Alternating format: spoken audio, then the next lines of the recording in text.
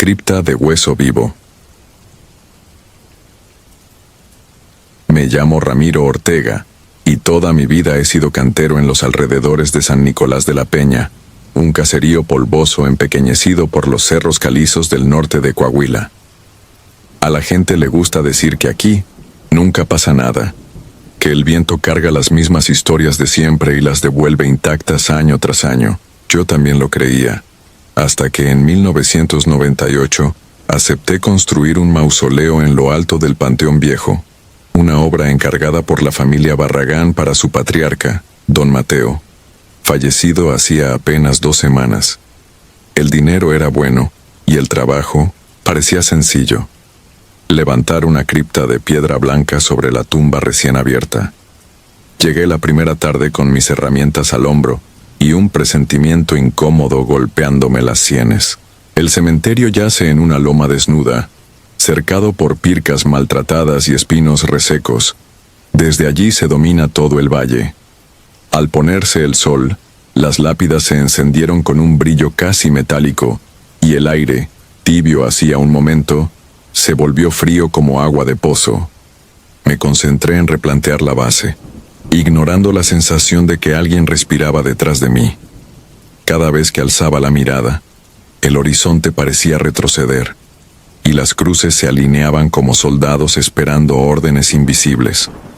Esa primera noche regresé a casa con la ropa impregnada de un olor difícil de describir, algo parecido a tierra recién volteada mezclada con grasa rancia. Aurelia, mi mujer, frunció el ceño.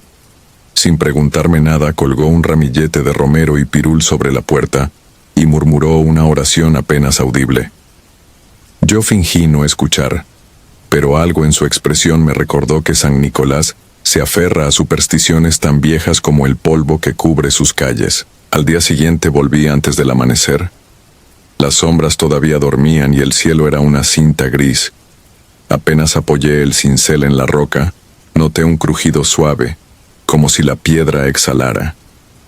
Pensé que era la humedad atrapada en las vetas, hasta que mi nombre llegó flotando con el viento, pronunciado con voz hueca. No respondí. Seguí golpeando, terco, repitiéndome que la soledad da malas pasadas. Sin embargo, al mediodía, un escalofrío me hizo detener la mano. Frente a mí, semienterrados en la tierra oscura, descubrí 3 huesos humanos, todavía unidos por un tendón seco, como si algo los hubiera desenterrado a medias durante la noche. Intenté devolverlos discretamente al fondo de la zanja, pero, al tocarlos sentí un latido leve, un pulso imposible que me atravesó los dedos. Me aparté con rapidez. La sangre me zumbaba en los oídos. Dejé la zanja tal cual y regresé al pueblo. No conté nada. Aquella noche soñé que caminaba por el pasillo de una mina y que detrás de mí alguien arrastraba cadenas por la grava. Al despertar, las sábanas estaban empapadas y mis manos, crispadas, parecían seguir sosteniendo el pico. El tercer día, llevé un candil de petróleo y un frasco de mezcal, convencido de que la luz y el calor me alejarían de la paranoia. Empecé a sellar la bóveda interior, cuando la mecha del candil parpadeó. Algo cambió de golpe. El silencio se hizo tan denso que cada respiro sonaba ajeno, como si no entrara el aire en mis pulmones. Vi deslizarse una sombra por el muro opuesto, larga y flaca, casi líquida, con contornos que se deshilachaban contra la piedra. Se movía sin origen ni destino, apenas insinuando extremidades demasiado largas. Me quedé quieto y el candil, sin corriente que lo tocara, se apagó de un soplo. No recuerdo haber corrido. Solo sé que aparecí junto a la verja herrumbrosa, con las rodillas flojas. Dejé todo tirado: llana, mazo, cubeta con argamasa. Esa noche Aurelia me obligó a beber un té oscuro que sabía a ceniza. Dijo que había escuchado un silbido llegar con mi ropa, un hilo de lamento que se colaba por las costuras. Le juré que al día siguiente terminaría el trabajo de día sin esconderme del sol. El cuarto día subí al panteón cuando el cielo ardía en naranja. Un olor pestilente me recibió antes de cruzar la puerta. Era el mismo tufo que traía mi ropa, ahora multiplicado. Avancé tapándome la nariz hasta la cripta. El interior estaba revuelto. El andamio había caído. La losa recién asentada estaba, cuarteada y sobre el piso, formando un círculo perfecto. Alguien había dejado 12 velas negras, consumidas hasta la base. Entre la cera derretida, reconocí el trazado de símbolos que jamás había visto, pero que me repugnaron al instante. Un rumor suave, como uñas arañando madera, se deslizó por la parte trasera de la bóveda. Cuando giré, vi la figura de nuevo. Esta vez se distinguían costillas afiladas que se abrían y cerraban al ritmo de una respiración ajena, y un cráneo sin rasgos, pulido como concha, que me observaba sin ojos. No corrí. El terror me clavó al suelo. Sentí que la temperatura bajaba en picada. La criatura flexionó sus articulaciones imposibles y avanzó un paso y otro. Cada movimiento producía un chasquido seco, como hueso agrietado. Balbuceé una oración que mi abuela me enseñó de niño. El aire se tensó y un gemido se elevó desde el subsuelo, profundo, cargado de tristeza antigua. La sombra se detuvo. Aproveché ese instante para lanzarme fuera, tropezando con la puerta de hierro que se dio con un chirrido que me heló la sangre. Bajé la loma casi de rodillas, convencido de que en cada parpadeo la cosa se alargaría para alcanzarme. Ya de madrugada fui a buscar a don Evaristo, el sacristán más viejo del pueblo. Le conté lo ocurrido sin ocultar nada. Él escuchó inmóvil, la mirada hundida en un punto que parecía quedar detrás de mí. Cuando terminé, sacó de un arcón una cruz de ocote ennegrecida y una bolsa de sal gruesa. Dijo, sin alzar la voz, que don Mateo Barragán había coqueteado con brujería para frenar una enfermedad. Los rezos nunca bastaron y al morir se llevó la deuda a la tumba. Lo que yo había visto no era su alma, sino el deudor que venía a cobrar. Volvimos juntos al cementerio a la luz cenicienta del alba.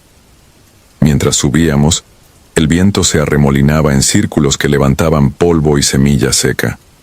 Dentro de la cripta, la sombra no estaba, pero el aire vibraba con un zumbido tenue. Don Evaristo esparció sal alrededor de la bóveda, enterró la cruz en la base y recitó salmos que se me antojaron más viejos que la Biblia. Al terminar, el silencio cayó, de golpe.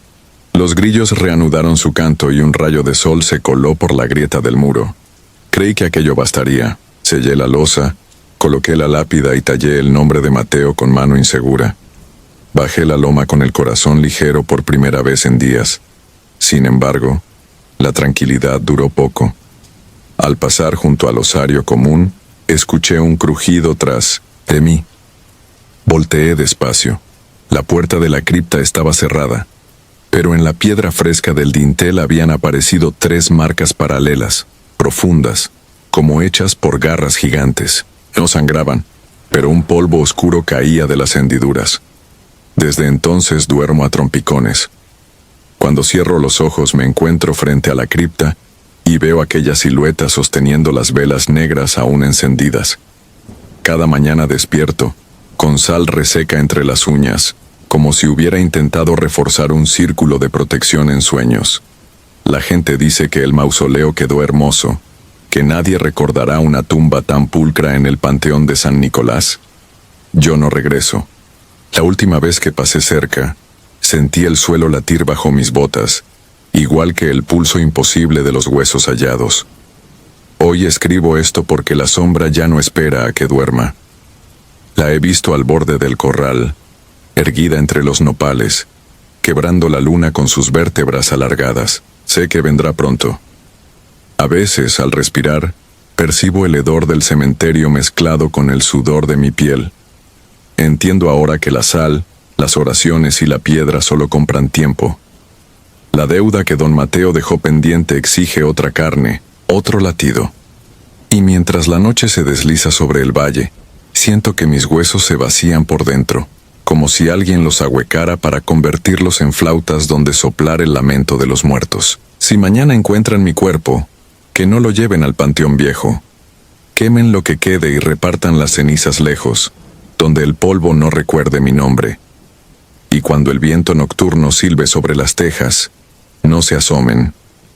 No vayan a confundir mi voz con la del deudor, porque en San Nicolás, cuando una sombra reclama, no se detiene hasta que el último hueso aprende a cantar.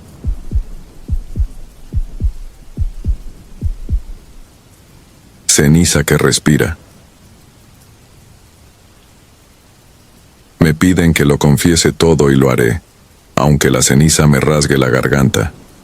Soy Ernesto Galván, tengo 53 años y jamás salí de la ranchería donde ardió nuestro miedo. La Cañada del Toro, entre los Tinoicientos en Cerros Secos de Zacatecas. Era 1996, el año en que las nubes se fueron y el maíz no alcanzó la rodilla. En lo alto de una loma vivía doña Salomé, partera, curandera, mujer sin esposo ni perros que la anunciaran. Su jacal olía a ruda y copal. Dentro colgaban hierbas que ni los maestros sabían nombrar. Ningún niño se le murió y hasta la ponzoña de víbora parecía rezar delante de sus manos. Aún así, su silencio irritaba más que un insulto. Los hombres desviaban la mirada cuando ella bajaba al mercado. Las mujeres murmuraban que en su casa ni las moscas se atrevían a entrar. En abril dejó de llover. El río se secó. Los becerros nacían con los ojos vidriosos, y las gallinas caminaban como sonámbulas. El aire olía a metal caliente, y el polvo se pegaba como sudor viejo. Yo formaba parte del comité de la capilla, recién nombrado por el padre Mateo, un cura tan joven que confundía celo con rabia. Cada domingo advertía que el castigo caía porque tolerábamos a una mujer que hablaba con sombras. La semilla del odio germinó rápido. A inicios de mayo enfermó el hijo de don Tiburcio, el arriero más rico. El niño amaneció tembloroso, con la piel oscura y resquebrajada. La madre corrió por Salomé. La vimos entrar con un cuenco de barro y malva. Rezó toda la noche, pero al alba el pequeño murió y el llanto de la madre sonó como sentencia. Para el mediodía medio pueblo se amontonó delante del jacal. Salomé bajó con las palmas abiertas. El padre Mateo alzó un crucifijo. Don Tiburcio gritó que el fuego juzgara lo que las leyes temían. Fue tan fácil. Atamos un poste en la plaza, amontonamos estopa y petróleo. Yo acerqué la antorcha, orgulloso de obedecer. La llama trepó sus enaguas. Olió a lavanda, no a carne. Cuando las brasas se apagaron, quedamos frente a un tronco ennegrecido que palpitaba como si guardara un corazón. Creímos que bastaba. No fue así.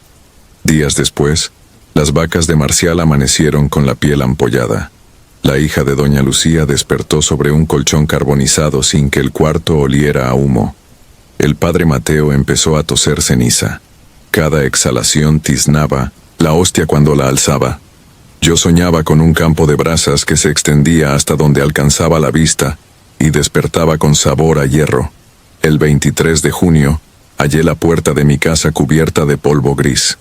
Dentro, las fotografías familiares estaban negras excepto los bordes, como si alguien las hubiera pasado por llama viva. Las desgracias continuaron. Una burra estalló en llamas al mediodía. Una anciana que había escupido a Salomé cayó muerta con la espalda llena de llagas abrasadas. Nadie derribó el poste. Una bruma viscosa se enroscaba a su base, y los perros aullaban mirando hacia él. El cura quiso llevar las reliquias a la capital y buscar exorcistas. Partió de madrugada y apareció al día siguiente junto al arroyo seco, sotana fundida a la piel y un rosario aún humeante entre los dedos. La policía municipal vio la manta gris sobre techos y corrales y se marchó sin entrar. Nos quedamos, solos con nuestra hoguera invisible. Así pasamos a la temporada del espanto. Las noches se volvieron interminables. A veces soplaba un viento caliente que hacía crujir las tejas y traía un aroma a hierbas marchitas. Jurábamos oír pasos en los callejones de tierra, un roce lento de guarache que nunca dejaba huella. Mis perros aullaban mirando la nada y reconocía aquel ritmo. Era la misma cadencia con que Salomé solía bajar a la plaza. Una madrugada vi un fulgor violeta en el potrero. Avancé temblando hasta la cerca. Sobre la hierba apareció su silueta, Flotaba a un palmo del suelo, el cabello chamuscado ondeando como humo imposible. Sus ojos eran carbones tristes. No gritó. Solo levantó la mano y señaló mi casa. Sentí que la sangre me hervía por dentro. Luego vino la tragedia de los niños. Emilio, de 7 años, se volvió antorcha por dentro mientras jugaba con su peonza. Rosaura, la hija de la comadrona, quedó hecha carbón sobre las losas frías de la cocina. Mateo, el nieto del alguacil, se convirtió en ceniza en sus propios brazos. Ninguna llama visible, ningún rescate posible. Desesperados, los hombres nos reunimos en la cantina. Las velas no querían encender y el mezcal sabía a tierra caliente. Joaquín propuso derribar el poste. La lámpara de queroseno estalló en su mano, quemándole el brazo hasta el hueso. Comprendimos que la plaza era un altar que no admitiría profanación. Don Tiburcio intentó huir al amanecer siguiente. Ensilló su alazán y partió sin despedirse. A mitad del camino el caballo relinchó y lo lanzó contra rocas volcánicas. Los peones hallaron su cuerpo aplastado bajo la montura, completamente calcinado. Alrededor solo había un anillo de minos y pasto convertido en polvo. Los gallos decapitados en los dinteles no frenaban el humo que anidaba en las esquinas. Una tarde, la campana tañó sola. Las sogas estaban rotas desde la muerte del cura. Cada golpe sonaba hueco, como si viniera desde Minos, la tierra misma. Dormía con un crucifijo oxidado entre las manos, pero al cerrar los ojos veía a Salomé murmurando algo que el fuego convertía en siseo.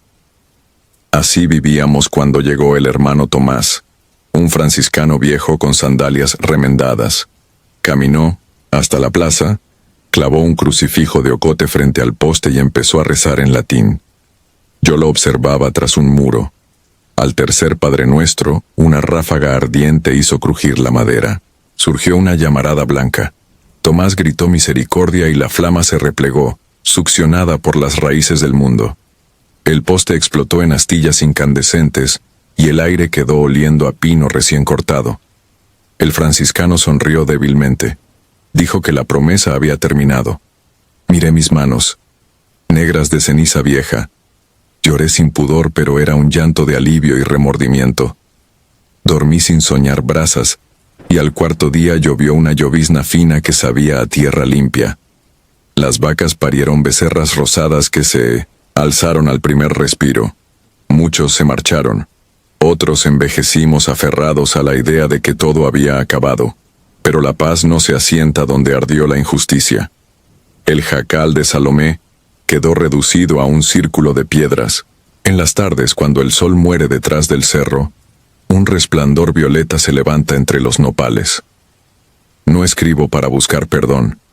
Escribo para que recuerden que hay fuegos que nacen del odio y se alimentan del silencio.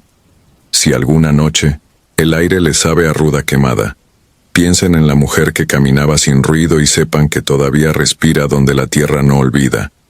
Lo sé. Cada 23 de junio el suelo vibra bajo la plaza. El poste ya no está, pero su latido persiste, esperando otra chispa de cobardía para volver a encendernos.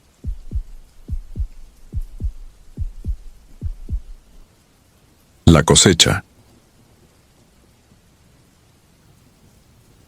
Me llamo Ezequiel Navarro, y aunque hoy peino canas, todavía tiemblo cuando recuerdo lo que ocurrió en Rancho Las Culebras, Durango, en 1996. No era más que un muchacho de 15 años empeñado en aprender a domar caballos. Mi mundo se reducía al polvo rojizo del llano y al crujir nocturno de los mezquites. Mi hermana Leticia, con 21, era mi único refugio frente a la dureza feroz de nuestra madre, doña Aurelia, mujer de rezos y sentencias tajantes, y de nuestro padre, Florencio, un fantasma vivo que pasaba los días junto a un garrafón de mezcal. Una tarde ardiente, supe que Leticia estaba embarazada de mellizos.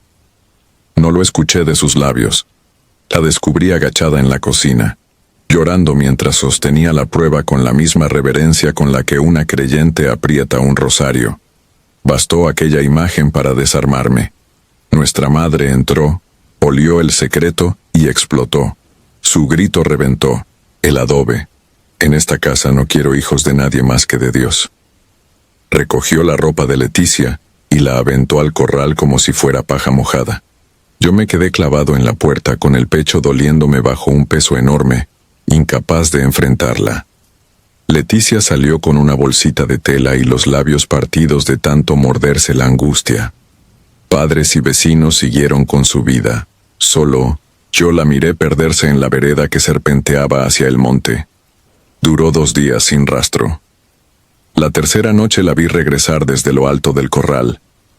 Venía acompañada de una mujer anciana, envuelta en un rebozo negro que parecía absorber la luz de la luna.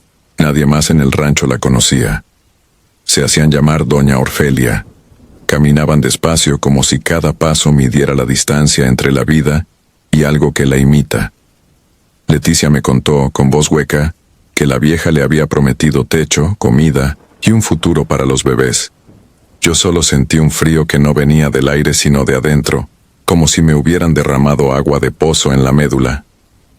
La anciana se instaló con ella en el jacal abandonado junto al arroyo seco. Juraba saber de remedios y partos. Los días siguientes ocurrieron cosas pequeñas, pero inquietantes. Huellas que aparecían alrededor de la casa sin que a nadie se le viera pasar. Rezos en un idioma áspero que el viento traía al caer la tarde. Una parvada de cuervos posados en el tejado justo cuando el sol se hundía detrás de los cerros. La gente del rancho comentaba que los animales se espantaban de la nada y que, por las noches, se oía un murmullo largo y apagado bajo las piedras del arroyo como si algo respirara ahí abajo. Leticia mejoró su aspecto. Su panza crecía firme, pero sus ojos se hundían día con día. El médico que traían del pueblo cercano decía que los latidos de los bebés eran fuertes, aunque arrugaba el ceño al auscultarla, como si escuchara algo que no pudiera nombrar. Yo comencé a visitarla a escondidas. Una tarde, ella me apretó la mano con una fuerza casi dolorosa y susurró: «Prométeme que si algo pasa, no dejarás que se los lleven lejos». No entendí, y tampoco tuve valor de preguntar. Solo asentí, sintiendo la garganta llena de estropajos. La víspera de Todos los Santos cayó una tormenta seca. Relámpagos sin lluvia desgarraban el cielo. Mi madre rezaba en voz alta, furiosa por la mala señal. Al anochecer, un alarido retumbó desde el jacal. Corrí cuesta abajo con la linterna temblando en mi mano. Adentro, Leticia yacía sobre un catre viejo. Doña Orfelia había encendido 4 velas negras, formando un círculo a su alrededor. A cada trueno, las sombras de la habitación parecían juntar más masa, como si cobraran cuerpo. El parto fue una batalla silenciosa. Ni un quejido. Apenas la respiración entrecortada de Leticia y el chasquido de la lluvia que empezaba a golpear las láminas. Cuando nació el primer bebé, el viento se detuvo en seco. El segundo llegó envuelto en un silencio brutal. No lloraron. Abrieron los ojos. Y eran completamente oscuros, sin iris ni esclerótica. 2 abismos reflejando la danza vacilante de las velas. Yo di un paso atrás. Doña Orfelia tomó a cada uno y los sostuvo contra la penumbra, murmurando algo con una voz que parecía venir de un pozo profundo. Dijo que se llamarían Ignacio y Isidro. Leticia sonrió agotada, como si creyera que todo acabaría ahí, pero la vieja alzó la mirada hacia mí. Por primera vez la vi sin sombras. Sus ojos eran de un blanco lechoso y, sin embargo, parecían verlo todo. Los gemelos están hambrientos de un futuro que el mundo no les ha dado. Él cobrará lo que es suyo, dijo y se volvió a las tinieblas. Durante las semanas siguientes, el rancho entró en una quietud malsana. A cada amanecer encontraban gallinas muertas con el pecho abierto, pero sin una gota de sangre. Se hablaba de brujería, de sombras que se arrastraban por los tejados. Mi padre aseguraba escuchar pasos pequeños alrededor de la casa, aunque nunca salía a comprobar. Una madrugada desperté sobresaltado. A los pies de mi cama estaban Ignacio e Isidro. Deberían tener apenas un mes, sin embargo ya caminaban. No hablaban. Me observaban. Sentí el estómago encogerse. Sus miradas eran tan densas que parecía que aquello fuese el verdadero peso de su cuerpo. A partir de ese día, los vi con más frecuencia en lugares imposibles. De pie junto al pozo cerrado con una tapa pesada que yo solo no podía mover. Sentados, bajo el mezquite más viejo justo antes de que los coyotes huyeran despavoridos.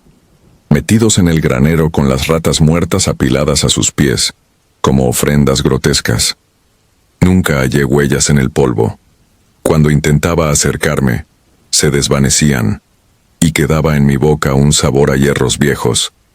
Leticia, demacrada, decía que los niños no la dejaban dormir, que se levantaban solitos y se paraban frente a la ventana, horas enteras.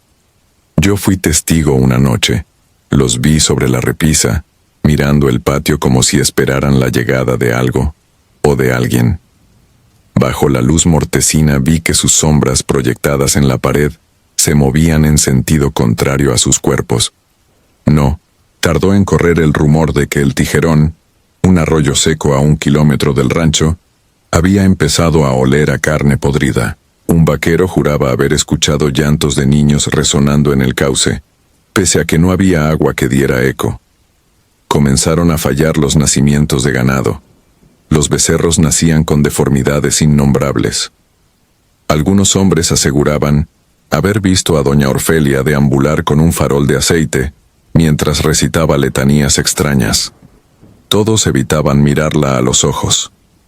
Sin embargo, lo peor llegó la noche de San Andrés, cuando nuestra madre decidió por fin visitar a Leticia, para enderezar la desgracia. Yo la acompañé. El viento olía a carrizo quemado. Al cruzar el umbral, vimos a mi hermana postrada en un rincón, los ojos desbordados de lágrimas. Junto a ella, Ignacio e Isidro sostenían un cuenco de barro lleno de agua oscura. Lo movían, dejando que la superficie se agitara como un espejo vivo. Cuando mi madre alzó el crucifijo, los niños sonrieron al unísono. El metal se calentó tanto que ella lo soltó, profiriendo un alarido. La cruz cayó al suelo y se partió en dos. Entonces, apareció él, un hombre de traje antiguo, la cara difuminada como si la luz rebotara en aceite. No caminó, se deslizó, sin tocar la tierra. La tempestad detrás de las paredes parecía golpearnos dentro de la cabeza. Me habló sin abrir la boca. El pacto se honra. Vi a Leticia arrodillarse, suplicando sin voz. Él señaló a los inocentes niños. Una sombra se alzó de sus cuerpos espesándose hasta adoptar forma humana, gigantesca, con brazos que parecían raíces y un rostro sin rasgos. Yo me quedé paralizado ante aquella presencia que borraba la lógica misma. Mi madre rezaba, pero cada palabra se marchitaba antes de nacer. Salían de su garganta como tos seca. El hombre tomó a Ignacio y a Isidro de las manos y dio media vuelta, volviéndose pura negrura. Vi la cara de Leticia quebrarse, como si su piel se agrietara bajo una presión interna. Gritó mi nombre en un último hilo de voz. Corrí hacia ella. En mis brazos se desplomó, helada, la mirada fija en el techo de palma. El trueno final retumbó cuando la puerta se cerró sola. Dentro quedó solo el silencio y el olor a cera extinguida. Al amanecer, los vecinos encontraron al ganado suelto, las cercas derribadas y ningún rastro de los mellizos ni de la anciana. Mi madre perdió la razón. Mi padre, incapaz de afrontar la realidad, se colgó del durmiente principal del corral una semana después. A Leticia la enterré bajo la sombra del mezquite viejo. Nadie quiso acompañarme. Decían que aquel árbol ya estaba maldito. He vuelto a Rancho Las Culebras pocas veces. Cada que lo hago paso por el Tijerón. El arroyo sigue seco, pero oigo risas infantiles que emergen del subsuelo, suaves al principio, luego claras como campanas rotas.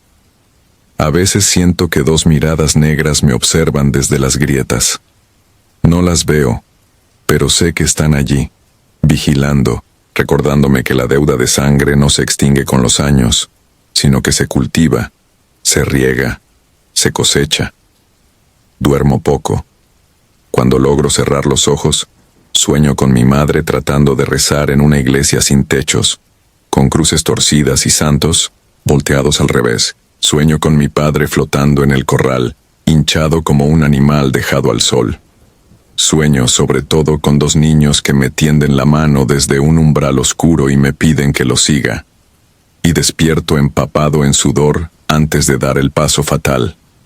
Si alguien lee esto y cree encontrar consuelo, se equivoca. Lo escribo para advertir que los pactos desesperados germinan como mala hierba, se riegan con culpa y florecen en desgracia. No hay santo ni rezo que logre detener lo que se siembra en tierra maldita. Todavía, cuando el viento de noviembre sopla desde los cerros y cargan los relámpagos secos, escucho un susurro que repite mi nombre, y sé que algún día, cuando mis huesos estén tan resecos como la tierra que me vio nacer, los mellizos volverán para cobrar lo que queda de mí. Pacto de hueso. No escribo esto para expiarme, porque sé que el perdón ya no me pertenece, sino para que nadie más vuelva a cometer el error que cometimos en la ranchería de El Sabinito, Guanajuato, en el verano de 1998. Mi nombre es Héctor Jiménez. Entonces tenía 28 años y vivía con mis padres y mi hermana mayor Laura, mujer honrada pero devorada por la ansiedad de llegar a los 30 y seguir soltera. En aquellos cerros polvorientos, las campanas marcaban los días, con la misma monotonía, y el silencio de las noches parecía hecho de tierra y rezos. Allí la soledad pesa más que el hambre, y Laura la sentía como un puño apretado contra el pecho. Una tarde de mercado la vi regresar con la mirada vidriosa y un collar trenzado con hilos negros y una astilla de hueso. Me contó, casi en secreto, que una anciana llamada Nana Kira le había hablado de un amarre infalible. Yo burlé la idea, pero su voz titubeó al describir la promesa, amor verdadero, o algo que se le pareciera, a cambio de una pequeña ofrenda de sangre. Mis padres le suplicaron prudencia. Ella, con un temblor que confundí con esperanza, repitió que al fin sería feliz. Aquella noche, mientras el viento agrietaba los postigos, juré en mi fuero interno cuidar de ella, sin sospechar que nadie puede vigilar lo que no pertenece a este mundo. A la semana desapareció al amanecer y tardó 2 días en volver. Llegó pálida, con el cabello empapado de sudor seco y las manos teñidas de arcilla. No quiso hablar, pero encontré tierra removida, entre sus uñas y una fina cortadura en la palma izquierda. Al colgar el collar junto a la cabecera se oyó un chasquido, como si la madera se partiera por dentro. Aquella fue la primera grieta, una rajadura mínima que a partir de entonces pareció multiplicarse por las paredes, las vigas y al final, por nuestras vidas. El cambio llegó con un hombre forastero llamado David Robles. Apareció en la cantina con modales afables y una sonrisa demasiado amplia para un extraño. Laura lo presentó como el destino que tanto había pedido. Su cortejo fue veloz. En menos de un mes, él compartía nuestra mesa. Y cuando orábamos antes de comer, cerraba los ojos con devoción exagerada. Aún así, algo en su voz me recordaba el rumor de las tormentas que nunca terminan de estallar. Las gallinas dejaron de poner, el pozo amaneció con agua lodosa, y los perros aullaban a la nada cada crepúsculo. Nadie ató esos presagios a David. Yo mismo quise pensar que eran coincidencias. Tras la boda, los recién casados se mudaron a una casucha de adobe al borde del arroyo seco. Las primeras semanas parecían felices, pero Laura empezó a visitarnos con ojeras profundas y un temblor nervioso en los dedos. Decía que David despertaba de madrugada para caminar sin rumbo por la vereda, murmurando nombres que no eran los suyos. Cuando intentaba seguirlo, él se volvía agresivo o simplemente no la reconocía. Una madrugada la encontré en la puerta de casa, con el camisón salpicado de lodo. Había perseguido a su esposo hasta el cementerio viejo y lo había visto arrodillado frente a una tumba sin lápida, desenterrando algo que brillaba bajo la luna. Decidí espiarlo. La noche siguiente me escondí entre los mezquites. Vi a David descalzo, el pie ennegrecido por espinas, cargando una bolsa que rezumaba un líquido oscuro. Se detuvo en un claro. Desenterró un fardo diminuto envuelto en tela y lo cambió por la bolsa, dejando la tierra removida como antes. Un hedor amargo se levantó del suelo y sentí cómo se me resecaba la garganta. Cuando retrocedí, pisé una rama. David giró la cabeza con un chasquido antinatural, como si los huesos del cuello no le obedecieran. Sus ojos tenían un brillo acuoso, más de bestia que de hombre. Aquella mirada se me incrustó en la memoria como una astilla. Volví a casa con náuseas. Al amanecer, las paredes del cuarto de Laura amanecieron cubiertas de un polvillo gris, y el collar del amarre colgaba roto, el hueso astillado en dos. Mi hermana sangraba por la nariz y repetía en voz baja que algo quería llevarse el pago. Mientras tanto, David, ajeno al pánico, se encerraba durante horas sin permitirle entrar a la recámara, y respondía con silencios cada vez que ella preguntaba. En los corrales, las cabras parieron crías inmóviles, ojos abiertos y lengua fuera, como si hubieran muerto antes de nacer. Nadie se atrevía a hablar de brujería, pero el miedo se volvió tan espeso que costaba respirar. Al tercer domingo de Cuaresma fuimos a buscar ayuda a don Esteban, curandero de la comunidad del refugio. El viejo olió el collar roto y palideció. «Esto no es amarre, dijo, un pacto de trueque, y el hueso no es de animal». Se negó a romperlo sin antes advertir que cualquier intento de deshacer el trato exigiría otra vida. Laura aceptó. Yo me opuse, pero el temblor de su voz me quebró. Prefería morir antes que vivir en aquel infierno. Don Esteban planificó una limpia la siguiente luna nueva. Las instrucciones eran claras: velas de cebo, agua bendita, sal negra y permanecer, juntos sin pronunciar palabra. La ceremonia comenzó al filo de la medianoche. Dentro de la cocina, el fuego del fogón se apagó de golpe, y el aire se heló hasta empañar el vidrio de la lámpara de petróleo. Don Esteban roció agua bendita mientras recitaba oraciones que parecían rasgar la realidad. La sal siseaba al tocar el piso. El silencio se rompió cuando David, que había prometido asistir, irrumpió empapado de sudor, los ojos desorbitados, la voz deformada por un gruñido que no le pertenecía. Se abalanzó sobre mi hermana, pero su cuerpo se sacudió como si chocara contra un muro invisible. Una fuerza que olía a tierra recién abierta lo arrastró hacia la puerta y lo lanzó afuera. El golpe retumbó en la noche con un crujido brutal. Corrí tras él, pero lo perdí entre los nopales. Al alba, lo hallaron unos jornaleros a 20 kilómetros, atrapado en las raíces de un sabino seco, con el tórax aplastado como si una mano gigantesca lo hubiera estrellado contra el tronco. Tenía el collar roto enredado en la garganta. Cuando lo descolgaron, la piel se desprendió como papel mojado. En el acta de defunción escribieron traumatismo severo, pero todos supimos que aquello era el cobro de una deuda. Creímos que con su muerte terminaría la pesadilla. Nos equivocamos. Las noches siguientes la casa se impregnó de un hedor dulzón y metálico. Las vigas rezumaban una savia oscura que manchaba el suelo con figuras que se retorcían si uno las miraba demasiado tiempo. Laura dejó de comer y sus encías sangraban sin razón. Suplicó que la llevara con Nana Kirá, segura de que solo ella podía cerrar el círculo. La busqué durante días por brechas y cañadas hasta que hallé su jacal reducido a cenizas, como si un rayo lo hubiera partido. Entre los escombros descubrí un trozo de cráneo humano, pulido y ahuecado, todavía tibio pese a la lluvia que caía. Sin alternativa, regresamos a El Sabinito. Laura se recluyó en su cuarto, abrió un hoyo bajo el catre y enterró el collar roto junto con fotografías del día de su boda. Cada martillazo a la tierra levantaba un polvo que olía a hierro. Esa misma madrugada me despertó un chillido, no de mujer ni de animal, sino de madera astillándose por dentro.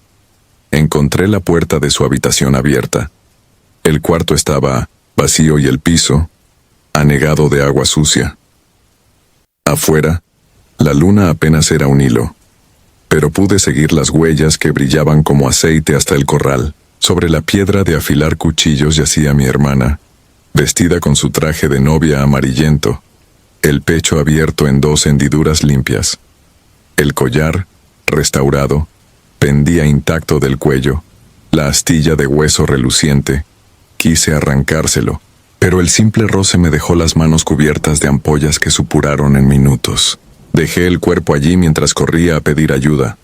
Cuando volvimos, el cadáver había desaparecido y, en su lugar, el polvo dibujaba un círculo perfecto partido por una huella fresca, la mía, cerrando el sigilo. Entendí que ya no había con quién negociar. Alguien o algo había cobrado lo suyo y sellado mi suerte como testigo y deudor. Desde entonces vivo solo en la casa familiar. Cada 23 de junio, fecha del pacto, el collar reaparece sobre mi almohada y se deshace en polvo al amanecer. He intentado quemar la vivienda, vender las tierras, huir muy lejos, pero siempre termino aquí, porque el aire de El Sabinito me pertenece tanto como mi culpa. Las noches son más largas que la vida misma. Aún huelo el perfume rancio de las velas y oigo el chasquido del cuello de David cada vez que cierro los ojos. Si usted pasa por estos cerros y escucha un lamento que no parece de este mundo, no se detenga ni rece, porque algunas oraciones solo atraen aquello que fingen ahuyentar. Yo soy prueba de ello, y cargo con la certeza de que hay deudas que ni la muerte paga. Raíz negra. Corría 1982 cuando llegué al caserío La Pálida, un puñado de jacales pegados al filo de un arroyo seco en la sierra de Zacatecas. Tenía 26 años, un costal de fracasos y la esperanza de empezar de cero como jornalera en los plantíos de maguey. A esa altura de mi vida no cargaba más familia que mis propias ganas. La soledad, decía yo, no llora ni pide de comer. Pero el silencio nocturno de aquel valle, roto solo por los coyotes, fue el primero en recordarme que el cuerpo necesita algo más que aire para sostenerse. Las mujeres del caserío me dejaron un cuartucho al fondo de la barranca, justo donde se amontonaban las sombras al anochecer. Dormía sobre un petate que crujía a cada movimiento, y me despertaba el mismo sueño. Una corriente subterránea golpeando la tierra, como un corazón gigante atorado muy abajo. Los viejos juraban que era la raíz negra, una vena maldita que corría bajo el pueblo y que de vez en cuando reclamaba ofrenda. Yo reía para mis adentros. Nunca creí en cuentos, al menos hasta que lo toqué con mis propias manos. Sucedió una tarde de abril, en pleno estiaje. El capataz necesitaba voluntarias para abrir un pozo nuevo. Bajé primero. Piel tostada, brazos fuertes, orgullo de hija de arrieros. Cavé 8 metros sin descanso hasta sentir el pico chocar con algo que sonó a barro hueco. Aparté la tierra con cuidado y encontré un ídolo de arcilla, del tamaño de un bebé recién nacido. Tenía la boca cosida con alambre y ojos pintados con cal. Los demás se persignaron, ordenaron enterrarlo de nuevo. Yo, terca de nacimiento, lo envolví en mi rebozo y lo subí conmigo. Pensé que era un amuleto antiguo, quizá valioso, quizá una pista de quienes habitaron la sierra antes que nosotros. Esa misma noche la tierra tembló solo en mi barraca. Lo juro. Ningún sismógrafo dio alerta y los radios de la presidencia permanecieron mudos. Las tablas crujieron como si algo quisiera entrar. Abracé el ídolo contra el pecho. Estaba tibio, palpitaba, o eso quise creer. Al amanecer descubrí que el petate estaba empapado de un líquido negruzco que olía a hierbas podridas. Salí, a lavar temblando de rabia y miedo. Al volver el ídolo había abierto los ojos. 2 ranuras por donde asomaba un brillo verdoso, malsano. Me quedé helada, incapaz de gritar. Lo cubrí con trapos y fingí que nada había pasado. No conté a nadie. Me limité a trabajar y rezar lo que recordaba. 15 días después empecé a vomitar cada mañana. Las ancianas hicieron cuentas y celebraron que, por fin, el caserío tendría un niño más. No dije nada. Sabía que en mi vida no había varón que pudiera ser padre. Preferí creer que era un mal del estómago, pero el vientre creció como inflado con agua espesa. 5 meses bastaron para parir sola, envuelta en sudor y ceniza. El hijo, porque supe que era mío apenas lo vi, nació sin llanto, con la piel del color del barro recién mojado y las pupilas de un verde que dañaba mirarlo. Lo llamé Gregorio. Lo alimenté con atole y miel. Nunca sonrió ni lloró. Los 6 meses gateaba por la terracería sin ensuciarse. Parecía flotar. Los perros le huían. Las gallinas se ponían blancas de puro susto. Y no había santo que quedara entero si él lo miraba. Las veladoras se apagaban de golpe. El capataz me advirtió que lo mantuviera encerrado, por si las moscas. Asentí, pero de noche Gregorio salía solo. Lo veía junto al pozo, balanceándose con la misma calma que tienen los muertos bien dormidos. Una madrugada de mayo, la raíz negra se cobró su pago. Desperté con un olor a maguey quemado. El cerro ardía, con llamas azules, un fuego frío que no crepitaba. Las chozas chisporroteaban sin sonido. Corrí con Gregorio en brazos. Él observaba el desastre con curiosidad tranquila. Al pasar frente al pozo, sentí un tirón.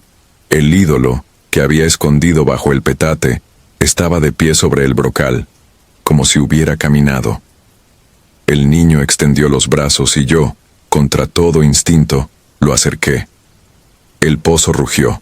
La tierra se abrió en un crujido seco. Todo se apagó de golpe, como si alguien hubiera soplado la escena desde el cielo. Cuando amaneció, la pálida era ceniza y postes chamuscados. Ningún cuerpo ni hueso siquiera. Solo quedábamos Gregorio, yo y el ídolo, sentado al borde del pozo ya seco. Comprendí el trueque demasiado tarde. La raíz negra quería vida a cambio de soledad eterna. Huí cargándolo. Caminé hasta que los cerros desaparecieron y llegué a Estación Colorada, un pueblito ferroviario. Me refugié en la bodega abandonada del salitre, convencida de que el polvo y el ruido de los trenes acallarían aquello que latía bajo mis pies. Me equivoqué. Gregorio cumplió 3 años sin crecer más. Se movía de noche. Recogía clavos oxidados y los enterraba en círculos perfectos. El óxido brotaba ahora en mi piel, manchas rojas supurantes. Decían que era lepra. Yo sabía que era la arcilla cobrando terreno. Un mediodía, barriendo la bodega, hallé el ídolo otra vez, apoyado contra la pared. Tenía los labios sin alambre. Los había modelado en una mueca idéntica a la mía. Comprendí que de aquella cosa no se podía huir. La raíz negra caminaba conmigo.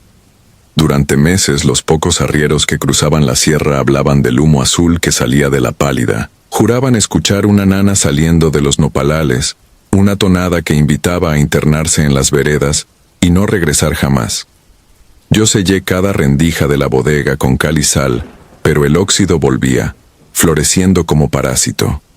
A veces, de 1900, madrugada, veía sombras de manos diminutas presionando desde el revés de las tablas, como si la pared fuera un vientre dispuesto a parir algo innombrable. El aire olía a tortilla quemada y a cementerio recién abierto. El día que decidí conseguir dinamita, llevaba los dedos vendados. La piel se me hendía con espinas invisibles. Sentía cada latido como un reloj ajeno, una cuenta regresiva, mientras los mineros de sombrerete cargaban los tacos y me daban indicaciones. Gregorio dibujaba en la tierra espirales idénticas al símbolo chinanteco del ombligo del mundo que una vez vi en un libro polvoriento. Me vio de reojo sabiendo el destino.